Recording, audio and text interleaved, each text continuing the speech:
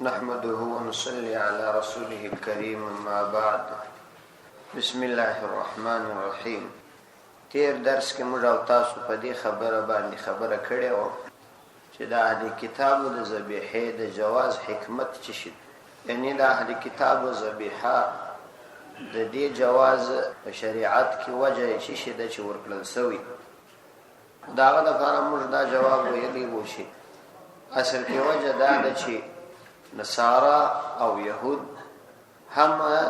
د ذبیحې د حلالولو په وخت کې د دې عقیده لري چې باید د الله تعالی نوم قرباني ذکر شي، او بل دوی دا عقیده لري چې کله الله تعالی نوم پر کوم حیوان باندې ذکر نشي او حلال کړی شي نو دا مردار دی. او د ښځو سره نکاح په همدې خاطر د جواز حکمت او وجه دا و چې دوی هم هغه څه حرام ګڼي د نکاح په ارتباط کوم څه چې موږ حرام ګڼو، مثلا دا محرمات ابدیه دي دا دوی هم حرام ګڼي او موږ هم حرام ګڼو، حتی چې د دوه خوندو تر مابین نکاح دوی هم حرام ګڼي، او دا غرنګ د حیض په حالت کې جماع هم په دوی کې حرام ده. نو په دې خاطر باندې شریعت د دوی د ښځو سره مسلمانانو ته د نکاح کولو اجازت کړي او همدارنګه د دوی د ذبیحې د خوړلو اجازت کړي. خدای یو خبره چې تاسو په ذهن کې وي د همیشه دپاره چې دا لازمي ده چې دغه اهل کتاب د دې حیوان د ذبح په وخت کې تکبیر وایي، بسم الله به وایي. که بالفرض دوی راولاړ سوله عقیده خو یې درلودله و تورات یا انجیل ته عیسی علیه السلام یا موسی علیه السلام یا الله تعالی او په وخت کې د ذبح د کوم پیغمبر نوم پر ذکر کوي یا د کوم بل چا، نو بیا دا ذبح حرام. امام تفسیر حضرت ابن کثیر رحمت الله علیه دا قول د ډیرو صحابه کرامو او تابعینو سره نقل کړي چې عربي عبارت اعدادي. ابن کثیر رحمه الله لیکي وطعام اهل الكتاب او دا غرنګ ذبیحه د اهل کتاب. ورستوای قال ابن عباس رضی الله عنهما او ابو امامه ومجاهد. عبد الله ابن عباس رضی الله عنهما او حضرت ابو امامه رضی الله عنه ومجاهد وعطاء والحسن ومكحول، او مجاهد او عطاء او حسن او مكحول وابراهيم النخعي والسدي ومقاتل بن حيات. دا ټول علماء صحابه او تابعین چې لوی خلق دي دوی وایي یعنی ذبیحهم د دوی ذبیحه چې د حلال للمسلمین د مسلمانانو د پاره حلال ده، لانهم يعتقدون تحريم ذبح لغير الله، ځکه دوی هم دا عقیده لري چې ذبح د غیر الله د پاره دا حرام ده. ولا يذكرون على ذبائحهم الا اسم الله، او دوی نه ذکر کوي پر د خپل ذبائح مگر د الله تعالی نوم. وان اعتقدوا فيه تعالى ما هو منزه عنه تعالى وتقدس، اگر چې وای دوی د الله تعالی په شان کې غلطی عقیده لري، ما هو منزه عنه اغه عقاید چې الله تعالی داغه صفاک دی تعالی وتقدس، الله تعالی داغه بلند او مقدس دی. اگر چې دوی د الله تعالی په شان کې غلط عقاید لري، خدا هغه باوجود دوی د خپل ذبیحې پر وخت د الله تعالی نوم ذکر کوي. ابن کثیر جلد 3 صفحه 19 په تفسیر بحر محیط کې را نقل کړي دي وذهب ان الكتابي اذا لم يذكر الله على الذبيحه وذكر غير الله لم تؤكل. نو دا خبره مخکې معلومه سول کړه د الله تعالی نوم ور باندې ذکر نکړي نو بیا د دې کتابي ذبیحه هم جایز نه ده، لکه څنګه چې د یو مسلمان ذبیحه چې قصدن د الله تعالی نوم باندې پریږدي او یا د ذبیحه د کومبل چا په نامه باندې وکي حرامه بلل کیږي، عین دغه کتابي ذبیحه هم دغه سي حرامه بلل کیږي. تفسیر بحر محیط کې دا عبارت را نقل کړي دي وذهب علماء تللی دی و دې طرف ته ان الكتابي اج کتابي کس اذا لم يذكر الله کای د الله تعالی نوم ذکر نکي على الذبيحه پر ذبیحه باندې وذكر غیر الله او د الله عز وجل ما سوا غیر ور باندې ذکر کوي لم تؤكل ذبیحه به نه خورل کیږي بیا به د دوی د ذبائح څخه خوراک نه کول کیږي او دا حرام. وبه قال ابو درداء وعباده ابن صامت رضی الله عنهما او همدا خبر ابو درداء او عباده ابن صامت رضی الله عنهما چې دوا اجل صحابه دي هغه کړي وجماعه من الصحابه او د صحابه یو لوی جماعت هم دا خبره کړي. وبه قال ابو حنیفه فهمدغه د صحابه په قول دلیل نیولې دي ابو حنیفه و ابو یوسف و محمد امام ابو یوسف او امام محمد رحمت الله علیهم و زفر و مالک او امام زفر او امام مالک رحمت الله علیهما هم په دې دلیل نیولې دي چې دغه ذبیحه بیا خوړل جائز نه دي او دا به حرام. وکره النخعي والسوري اكل ما ذبح واهل به لغير الله او امام النخعي او امام السوري رحمت الله علیهما به هغه بیا مکروه ګڼل د اکل خوراک ما ذبح د هغه حیوان چې ذبح کړسي واهل به لغير الله او د الله تعالی د نامه څخه پرته د بل چا د نامه आवाज ور باندې وکړل. تفسیر بحر محیط جلد لرم صفحه 311 د دې څخه صراحتا ښکارا د خبره ثابته سوله چې ذبیحات نه يهودو او د نصاراو هغه وخت رواده چې دوی پر هغه د الله تعالی نوم وای. نو د دې مخکنی بحث صدری خبرې مشتفلاس راغله. اول دا چې کتابي بوي دا خبره به یقیني ثابتي چې دا اهلی کتاب دي که اهلی کتاب نو ذبیحه جائز نه. نو است په دنیا کې ځینی کتابونه په دې باندې مشهور دي چې دا آسماني کتابونه دي لکه دا د زردوش کتاب چې ځینی خلک وایي دا د زبور منحرف نسخه ده او یا د اریف نامه باندې او یا د عدلو په نامه باندې ځینی کتابونه ستا چې په نور مذاهبو کې مقدس کتابونه بلل کیږي. د دې آسماني کېدل په قران یا په حدیث ثابت نه دي. تورات او انجیل دا په قران او حدیث باندې ثابت دي ولو کدی تحریف پکښ کړي دا آسماني کتابونه دي. نو یو خدا بل دا چې دوی به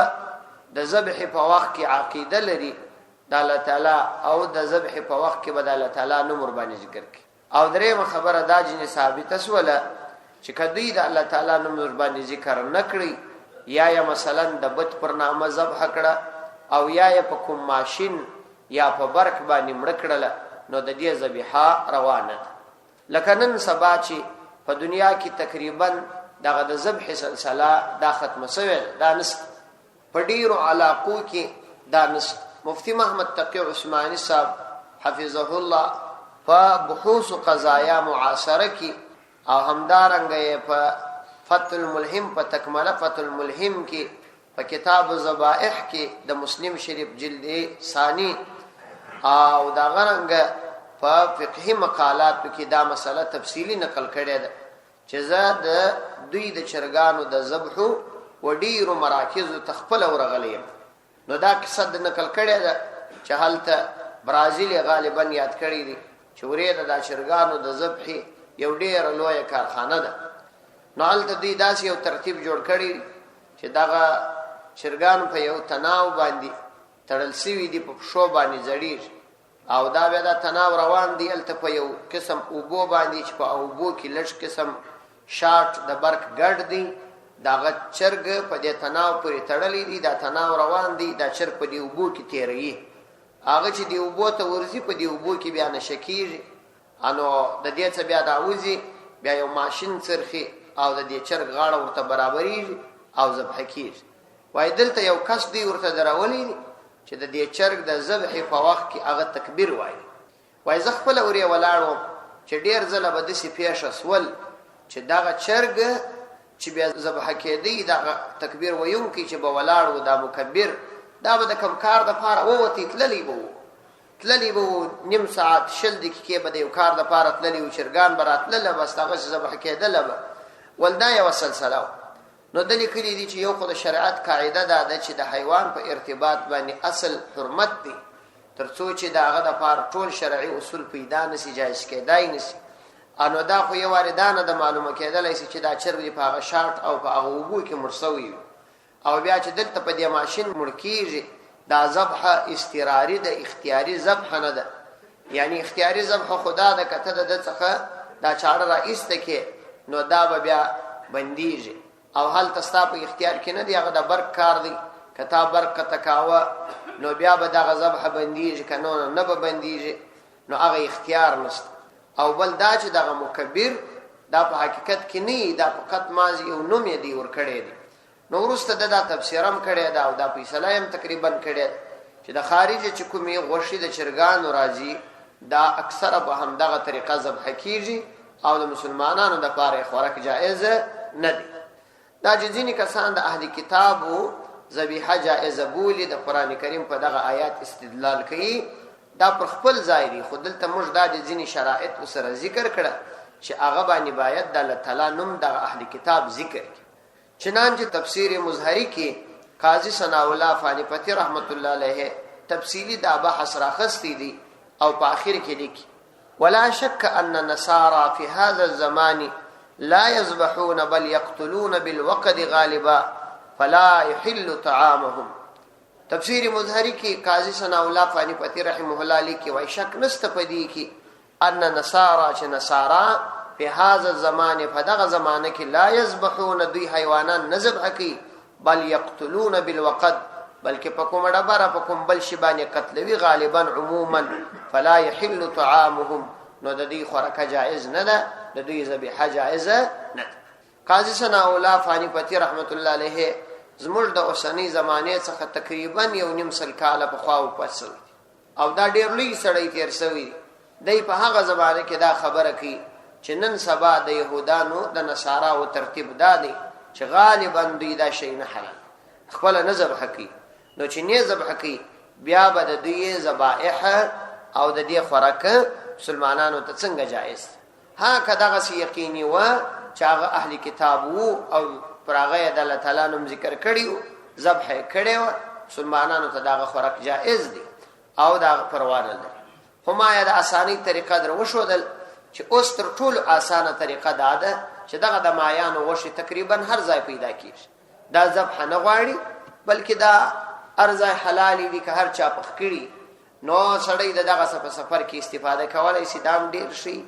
او یا د مسلمانانو علاقې مستوس په د یورپ کې او په افریقا کې یا د اروپا کې د مسلمانانو خپل هوټلان هم ستا او خصوصا خارج کې چې کوم مسلمانان اوسېږي په هغه کې ځینې ډیر متدین او متقیان خلک ستا دومره متقیان او متدین خلک ستا چې موږ په د خپل ټولنه کې نس پیدا یعنی ما خپل لیدلی دی او ما د هغوی سره مجلسونه کړي په کور کې په دومره اندازه شرعي پرده وي چې زموږ د یو ډیر لوی شیخ د یو تصوف د یو ډیر لوی بزرګ په کور کې لا هم دغه رقم شرعي پرده نه لکه دغه په کور کې چی دا رقم متقیان خلک ستا نو دا وایي چې سړی دا پښتنه کوي چې دا شی حاصله وایي. بل مسله دا ده چې کچيري مثلا یو مسلمان العیاذ بالله مرتد سو د يهودو او نصاراو طرف تواوشتي نصرانی سو او یا يهودي سو دغه کس په اسلام کې اهل کتاب نه بلل کیږي بلکې دا کس په اسلام کې مرتد بلل کیږي ولو کده يهودیت او نصرانیت اختیار کړي. نو چې کله دا کس مرتد سو د مرتد ذبیحه په اجماع د امت باندې حرام ده خوراک ورڅ جائز نه ده. دا یو مسله. بل مسله دا سوال کچيري مثلا یو مسلمان وي په نامه باندې مسلمان وي خود دین د ذریات او قطعیات څخه یا د ټولو څخه یا د بعضو څخه انکار وکړي مثلا العیاذ بالله ځان مسلمان بولی د مسلمانی دعوه کوي خدای نبی علیه الصلاۃ والسلام د ختم نبوت سي انکار وکړي لکه قائدیانیان نو دام په شریعت کې کافر بلل کیږي ځکه د دین د ذریات او قطعیات څخه انکار کول دا کفر دی. یا د مثال په توګه هغه د قران کریم د ځینو آیاتونو انکار وکړي او یا د مثال په توګه د ملائکه څخه انکار وکړي یا د آسماني کتابونو د نزول انکار وکړي او یا د صحابه کرامو د کفر فتوا ورکړي العیاذ بالله یا د قران د منلو څخه انکار وکړي نو دغه ټول کارونه انسان مرتد کی العیاذ بالله. نو چې کله د دې په وجه باندې سړی مرتد سو نو دغه سړی ذبیحه هم روانه ده او حرام. نو قایدیانیان چې د نبی علی السلام د ختم نبوت قائل نه دي او یا ذکریان چې د لمانځه او زکات عقیده نه لري او یا شیعیه چې د صحابه کرامو د کفر او د قران د تحریف عقیده لري دغه ذبیحه په وسع عصر کې مطلقاً حرام ده سړی وای خوري نه. البته که دغه عقیده نظر لودله په شیګانو کې یو څوک داسې وو دغه عقیده نه و صحابه کرام کافران نه بلل العیاذ بالله او د قران د حقانیت عقیده یې درلوله بیا د هغوی ذبیحه جائز خدا به ډیر کم پیدا سي ځکه د دوی په خپل کتابو کې دا خبره ښکارا دوی لیکلې ده چې تقیه په مشکل ډیر لوی عبادت او تقیه وایي دا غته چې د خلکو په مخ کې بځان د خلکو پر کم معرفي کوي او د خپل عقیده اظهار به په هیڅ صورت کې نه کوي ځکه دا دوی تقیه د ځان لپاره یو لوی عبادت بولي او دوی وایي چې تقیه حضرت علی رضی الله عنه هم کړی ده او تقیه نور صحابه هم کړی چنانچه دوی وایي حضرت علی رضی الله عنه ځکه د ابوبکر رضی الله عنه د خلافت د بدی اظهار نه کوي چې بیریدي او ځان پټ کړي کنه د ابوبکر رضی الله عنه د خلافت سره د علی رضی الله عنه مخالفت وو العیاذ بالله. نو تقیه دغه موږ او تاسو په پښتو کې اړه تغیه یې بول وای په ما کې تغیه نشته دا تقیه د لفظ د عربي څخه اختصاصي تقیه وای د یو شی پټولو ته چې خپل ظاهري حالت پټ کې او ظاهر ځان داس خلکو ته معرفي کله کته چې د هغوی څخه یو څوک دا تقیه چې دی تغیه بول. نو دا دغه کسانو ذبیحه بیا جائز نه ده. نو صرف دعوه دا چې زه مسلمان یم او صرف دا دعوه چې زه په قران عمل کوم او د دین د ضرورتو څخه یا د ټولو څخه یا د بعضو څخه منکر وی العیاذ بالله نو د دې کس ذبیحه جائز نه ده. دا نه په اهلی کتابو کې شامل دي او نه په مسلمانانو کې شامل دي. بل مسله دا ده کله یو بل مذهب او د یو بل عقیده یو کس ورواوړي يهودي سي او یا نصرانی سي مثلا سیک دي یا مثلا هندو دي او یا دا بودا مذهب دي بودایان یا یو دهری دي هغه را ولاړ سو د يهودیت مسلک اختیار کی او یا عیسویت اختیار کی او په عیسی علیہ السلام او دا غرنګ هغه کتاب باندې ظاهرا ایمان راوړي نو دا کس بیا اهلی کتاب بلل کیږي ځکه دا د اسلام نه دی وتلی دا ول سره په اسلام کې دا نو داخل نو دا بیا اهلی کتاب شمیرل کیږي او د هغه ذبیحه هغه خوراکه جائز دی هغه سړی خوړل شي. دا هغه مسله د ذبیحه وجه پای ته ورسي. دومره مسله چې د دې قران کریم دا دغه مبارک آیات درېمه جمله ور باندې ده چې والمحصنات من النساء او چې پاک دامنې شذي دا غوي سره ستاسو نکاح جائز ده. په دې مبارک آیات کې هم څو خبرې دا د یادولو وړ دي. اعوذ بالله من الشیطان الرجیم. نو یو خدا خبره و چې والمحصنات من المؤمنات والمحصنات من الذين اوتوا الكتاب من قبلكم چې والمحصنات او تاسو د لپاره حلال دي پاک دامنې شذي من المؤمنات الى المؤمنات والمحصنات او پاک دامنې شذي من الذين دا هغه کسانو چې اوتوا الكتاب چې هغوی ته کتاب ورکړل سوی من قبلكم تاسو نه مخکې. دا د دې آیات مبارک درېمه جمله ده. دا درېمه جمله ده. په دې درېمه جمله کې به موږ درې خبرې کوو یا درې بحث وکړو. اول بحث دا دی چې محسنات څه ته وایي. محسنه دا د احسان څخه اختصاصي. احسان په عربي کې په دوه معناو باندې راځي. په معنا باندې د پاک دامنی او د عفت هم راځي چې یو سړی پاک دامن او عفیف انسان د فحشا او منکراتو د دې شانو څخه ځان ګوري. او محسنات په معنا باندې د آزاد کس هم راځي چې محسن دا آزاد کس حر. نو محسنات په دواړو معناو باندې دلته علماو ذکر کړي یعنی احرار حرائر هغه شذي چې آزاد وي او هغه شذي چې پاک دامن. نو کله محسنات څخه د آزادو ترجمه واخلو چې تاسو د پاره روا دي آزاد شذي د مؤمناتو څخه او آزاد شذي د هغه خلکو چې هغه اهل کتاب دي. نو معنا به داسې شي چې د هغوی د منځو سره نو واکې نکاح بیا نه دروا یوازې د آزاد شذو سره روا ده. چنانچه ځینې مفسرینو هم دا خبره کړې ده امام مجاهد رحمه الله چې ډېر لوی مفسر دی او د حضرت عبد الله ابن عمر